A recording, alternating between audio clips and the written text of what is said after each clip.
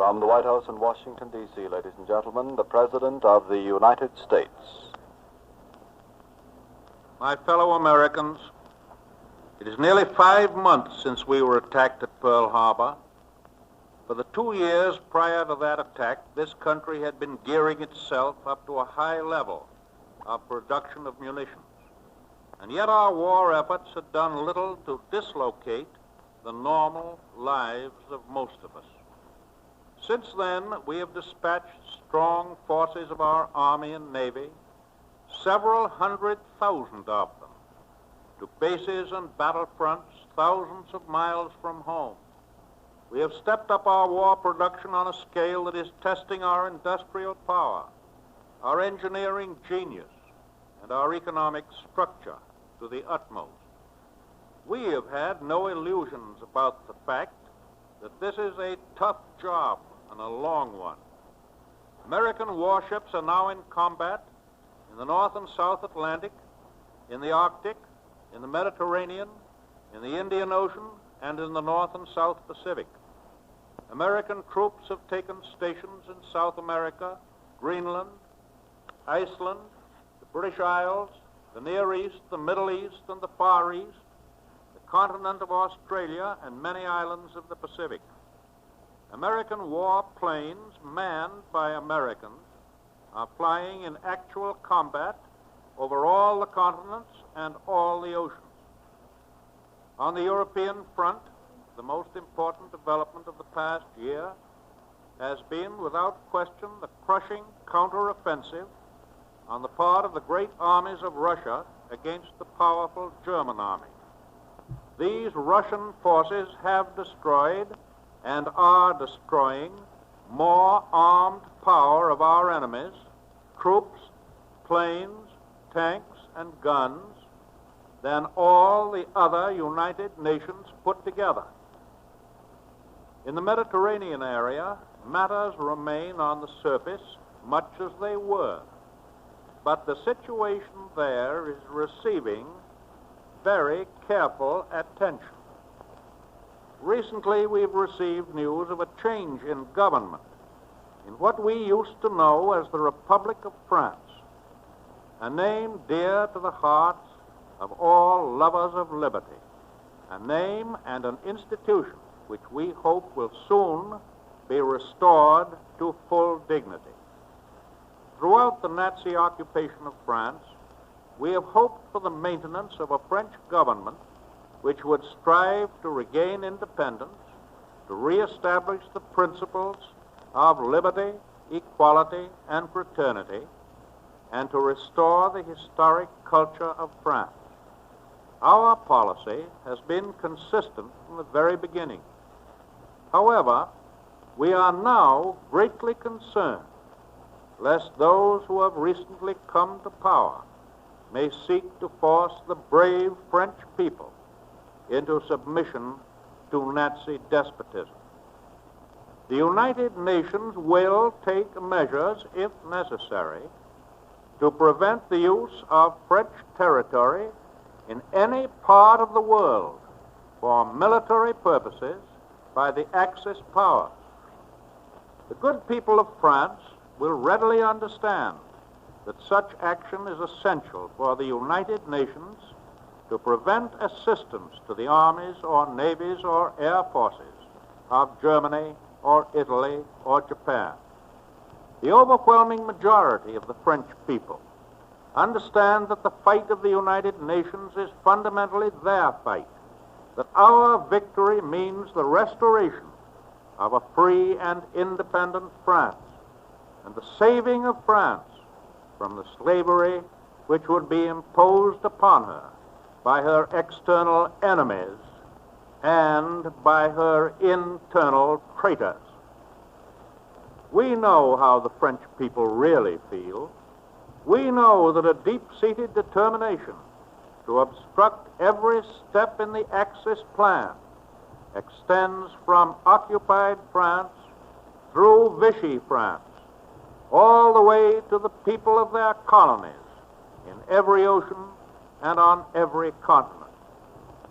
Our planes are helping in the defense of French colonies today, and soon American flying fortresses will be fighting for the liberation of the darkened continent of Europe itself. In all the occupied countries, there are men and women and even little children who have never stopped fighting, never stopped resisting, never stopped proving to the Nazis that their so-called new order can never be enforced upon free people. In the German and Italian peoples themselves, there's a growing conviction that the cause of Nazism and fascism is hopeless, that their political and military leaders have led them along the bitter road which leads not to world conquest, but to final defeat. They cannot fail to contrast the present frantic speeches of these leaders with their arrogant boastings of a year ago and 2 years ago. And on the other side of the world in the Far East, we have passed through a phase of serious losses. We've inevitably lost control of a large portion of the Philippine Islands. But this whole nation pays tribute to the Filipino and American officers and men who held out so long on Bataan Peninsula, to those grim and gallant fighters who still hold Corregidor where the flag flies, and to the forces that are still striking effectively at the enemy on Mindanao and other islands. The Malayan Peninsula and Singapore are in the hands of the enemy. The Netherlands, East Indies are almost entirely occupied, though resistance there continues. Many other islands are in the possession of the Japanese. But there is good reason to believe that their southward advance has been checked. Australia, New Zealand, and much other territory will be bases for offensive action, and we are determined that the territory that has been lost will be regained. Japanese are pressing their northward advance against Burma with considerable power, driving toward India and China. They have been opposed with great bravery by small British and Chinese forces, aided by American flyers. The news in Burma tonight is not good. The Japanese may cut the Burma road, but I want to say to the gallant people of China that no matter what advances the Japanese may make, ways will be found to deliver airplanes and munitions of war to the armies of Generalissimo Chiang Kai-shek. We remember that the Chinese people were the first to stand up and fight against the aggressors in this war, and in the future, a still unconquerable China will play its proper role in maintaining peace and prosperity, not only in Eastern Asia, but in the whole world. For every advance that the Japanese have made since they started their frenzied career of conquest, they have had to pay a very heavy toll in warships, in transports, in planes, and in men. They are feeling the effects of those losses. It is even reported from Japan that somebody has dropped bombs on Tokyo and on other principal centers of Japanese war industry. If this be true, it is the first time in history that Japan has suffered such indignity. Although the treacherous attack on Pearl Harbor was the immediate cause of our entry into the war, that event found the American people spiritually prepared for war on a worldwide scale. We went into this war fighting. We know what we're fighting for. We realize that the war has become what Hitler originally proclaimed it to be, a total war. Not all of us can have the privilege of fighting our enemies in distant parts of the world. Not all of us can have the privilege of working in a munitions factory or a shipyard, or on the farms, or in oil fields or mines, producing the weapons or the raw materials that are needed by our armed forces. But there is one front and one battle where everyone in the United States, every man, woman, and child, is in action and will be privileged to remain in action throughout this war. That front is right here at home, in our daily lives, in our daily tasks. Here at home, everyone will have the privilege of making whatever self-denial is necessary, not only to supply our fighting men, but to keep the economic structure of our country fortified and secure during the war and after the war. This will require, of course, the abandonment not only of luxuries, but of many other creature comforts. Every loyal American is aware of his individual responsibility. Whenever I hear anyone saying the American people are complacent, they need to be aroused, I feel like asking him to come to Washington, to read the mail that floods into the White House and into all departments of this government. The one question that recurs through all these thousands of letters and messages is, what more can I do to help my country in winning this war? To build the factories, to buy the materials, to pay the labor, to provide the transportation, to equip and feed and house the soldiers and sailors and marines, to do all the thousands of things necessary in a war, all cost a lot of money. More money than has ever been spent by any nation at any time in the long history of the world. We are now spending, solely for war purposes, the sum of about $100 million every day in the week. But before this year is over, that almost unbelievable rate of expenditure will be doubled. All of this money has to be spent, and spent quickly, if we are to produce within the time now available the enormous quantities of weapons of war which we need. But the spending of these tremendous sums presents grave danger of disaster to our national economy. When your government continues to spend these unprecedented sums for munitions, month by month and year by year, that money goes into the pocketbooks and bank accounts of the people of the United States. At the same time, raw materials and many manufactured goods are necessarily taken away from civilian use, and machinery and factories are being converted to war production. You do not have to be a professor of mathematics or economics to see that if people with plenty of cash start bidding against each other for scarce goods, the price of those goods goes up. Yesterday, I submitted to the Congress of the United States a 7-point program, a program of general principles, which, taken together, could be called the national economic policy for attaining the great objective of keeping the cost of living down.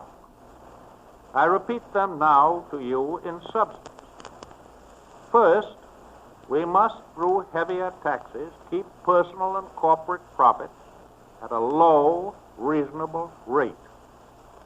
Second, we must fix ceilings on prices and rents. Third, we must stabilize wages. Fourth, we must stabilize farm prices. Fifth, we must put more billions into war bonds. Sixth, we must ration all essential commodities which are scarce. And seventh, we must discourage installment buying and encourage paying off debts and mortgages.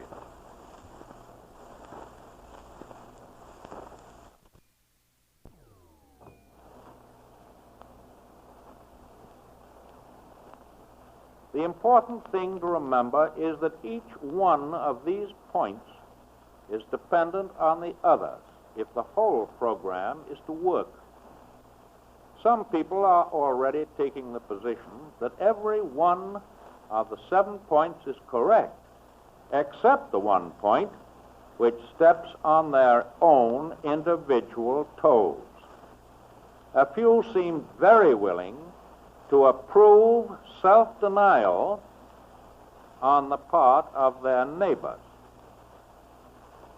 The only effective course of action is a simultaneous attack on all of the factors which increase the cost of living in one comprehensive, all-embracing program covering prices and profits and wages and taxes and debts. The blunt fact is that every single person in the United States is going to be affected by this program. Some of you will be affected more directly by one or two of these restrictive measures, but all of you will be affected indirectly by all of them. Are you a businessman, or do you own stock in a business corporation? Well, your profits are going to be cut down to a reasonably low level by taxation. Your income will be subject to higher taxes. Indeed, in these days, when every available dollar should go to the war effort, I do not think that any American citizen should have a net income in excess of $25,000 per year after payment of taxes. Are you a retailer or a wholesaler or a manufacturer or a farmer or a landlord? Ceilings are being placed on the prices at which you can sell your goods or rent your property. Do you work for wages? You will have to forego higher wages for your particular job for the duration of the war. All of us are used to spending money for things that we want. Things, however, which are not absolutely essential. We will all have to forego that kind of spending because we must put every dime and every dollar we can possibly spare out of our earnings into war bonds and stamps. Because the demands of the war effort require the rationing of goods, of which there is not enough to go round. Because the stopping of purchases of non-essentials will release thousands of workers who are needed in the war effort. As I told the Congress yesterday, sacrifice is not exactly the proper word with which to describe this program of self-denial. When at the end of this great struggle, we shall have saved our free way of life, we shall have made no sacrifice. The price for civilization must be paid in hard work and sorrow and blood. The price is not too high. If you doubt it, ask those millions who live today under the tyranny of Hitlerism. Ask the workers of France and Norway and the Netherlands, whipped to labor by the lash, whether the stabilization of wages is too great a sacrifice. Ask the farmers of Poland and Denmark and Czechoslovakia and France, looted of their livestock, starving while their own crops are stolen from their land. Ask them whether parity prices are too great a sacrifice. Ask the businessmen of Europe, whose enterprises have been stolen from their owners, whether the limitation of profits and personal incomes is too great a sacrifice. Ask the women and children whom Hitler is starving whether the rationing of tires and gasoline and sugar is too great a sacrifice. We do not have to ask them. They have already given us their agonized answer. This great war effort must be carried through to its victorious conclusion by the indomitable will and determination of the people as one great whole. It must not be impeded by the faint of heart.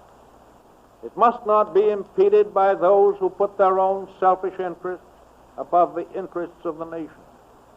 It must not be impeded by those who pervert honest criticism into falsification of fact. It must not be impeded by self-styled experts, either in economics or military problems, who know neither true figures nor geography itself. It must not be impeded by a few bogus patriots who use the sacred freedom of the press to echo the sentiments of the propagandists in Tokyo and Berlin. And above all, it shall not be imperiled by the handful of noisy traitors, betrayers of America, betrayers of Christianity itself, would-be dictators who in their hearts and souls have yielded to Hitlerism and would have this republic do likewise. I shall use all of the executive power that I have to carry out the policy laid down. If it becomes necessary to ask for any additional legislation in order to attain our objective of preventing a spiral in the cost of living, I shall do so. I know the American farmer, the American workman, and the American businessman. I know that they will gladly embrace this economy and equality of sacrifice, satisfied that it is necessary for the most vital and compelling motive in all their lives, winning through to victory. Never in the memory of man has there been a war in which the courage, the endurance, and the loyalty of civilians played so vital a part. Many thousands of civilians all over the world have been and are being killed or maimed by enemy action. Indeed, it was the fortitude of the common people of Britain under fire which enabled that island to stand and prevented Hitler from winning the war in 1940. The ruins of London and Coventry and other cities are today the proudest monuments to British heroism. Our own American civilian population is now relatively safe from such disasters, and to an ever-increasing extent our soldiers, sailors, and Marines are fighting with great bravery and great skill on far distant fronts to make sure that we shall remain safe. I should like to tell you one or two stories about the men we have in our armed forces. There is, for example, Dr. Corridon M. Wassell. He was a missionary, well known for his good works in China. He is a simple, modest, retiring man, nearly 60 years old, but he entered the service of his country and was commissioned a lieutenant commander in the Navy. Dr. Wassell was assigned to duty in Java, caring for wounded officers and men of the cruisers Houston and Marblehead, which had been in heavy action in the Java Seas. When the Japanese advanced across the island, it was decided to evacuate as many as possible of the wounded to Australia. But about 12 of the men were so badly wounded that they couldn't be moved. Dr. Wassell remained with them, knowing that he would be captured by the enemy. But he decided to make a last desperate attempt to get the men out of Java. He asked each of them if he wished to take the chance, and every one agreed. He first had to get the 12 men to the seacoast, 50 miles away. To do this, he had to improvise stretchers for the hazardous journey. The men were suffering severely, but Dr. Wassell kept them alive by his skill, inspired them by his own courage. And as the official report said, Dr. Wassell was almost like a Christ-like shepherd devoted to his flock. On the seacoast, he embarked the men on a little Dutch ship. They were bombed, they were machine gunned by waves of Japanese planes. Dr. Wassell took virtual command of the ship and by great skill avoided destruction, hiding in little bays and little inlets. A few days later, Dr. Wassell and his small flock of wounded men reached Australia safely. And today, Dr. Wassell wears the Navy Cross. Another story concerns a ship rather than an individual man. You may remember the tragic sinking of the submarine, the United States ship Squalus, off the New England coast in the summer of 1939. Some of the crew were lost, but others were saved by the speed and the efficiency of the surface rescue crew. The Squalus itself was tediously raised from the bottom of the sea. She was repaired, put back into commission, and eventually she sailed again under a new name, the United States ship Sailfish. Today, she is a potent and effective unit of our submarine fleet in the Southwest Pacific. The Sailfish has covered many thousands of miles in operations in those far waters. She has sunk a Japanese destroyer. She has torpedoed a Japanese cruiser. She has made torpedo hits, 2 of them, on a Japanese aircraft carrier. 3 of the enlisted men of our Navy who went down with the Squalus in 1939 and were rescued are today serving on the same ship, the United States ship Sailfish, in this war. It seems to me that it's heartening to know that the Squalus, once given up as lost, rose from the depths to fight for our country in time of peril. One more story that I heard only this morning. This is a story of one of our Army flying fortresses operating in the Western Pacific. The pilot of this plane is a modest young man, proud of his crew, for one of the toughest fights a bomber has yet experienced. The bomber departed from its base as part of a flight of 5 bombers to attack Japanese transports that were landing troops against us in the Philippines. When they had gone about halfway to their destination, one of the motors of this bomber went out of commission.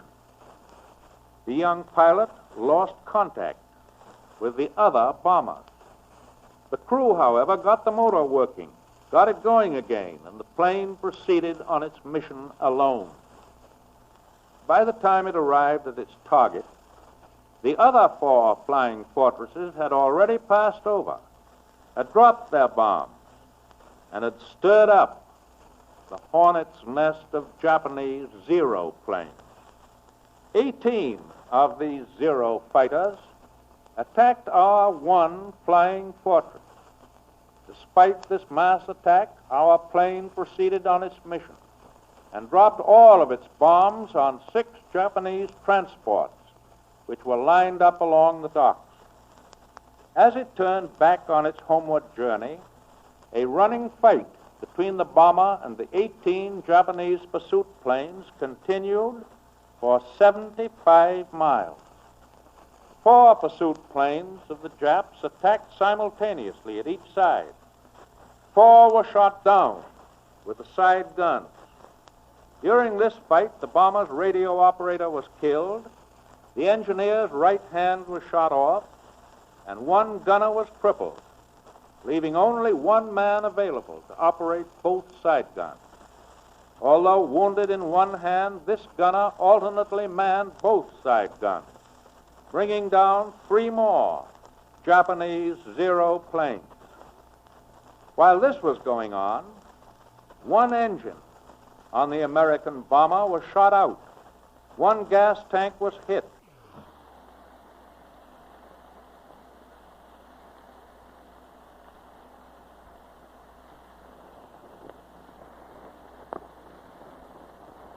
The radio was shot off, and the oxygen system was entirely destroyed.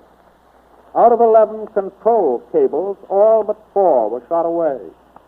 The rear landing wheel was blown off entirely, and the 2 front wheels were both shot flat. The fight continued until the remaining Japanese pursuit ships exhausted their ammunition and turned back. With 2 engines gone and the plane practically out of control, the American bomber returned to its base after dark and made an emergency landing. The mission had been accomplished.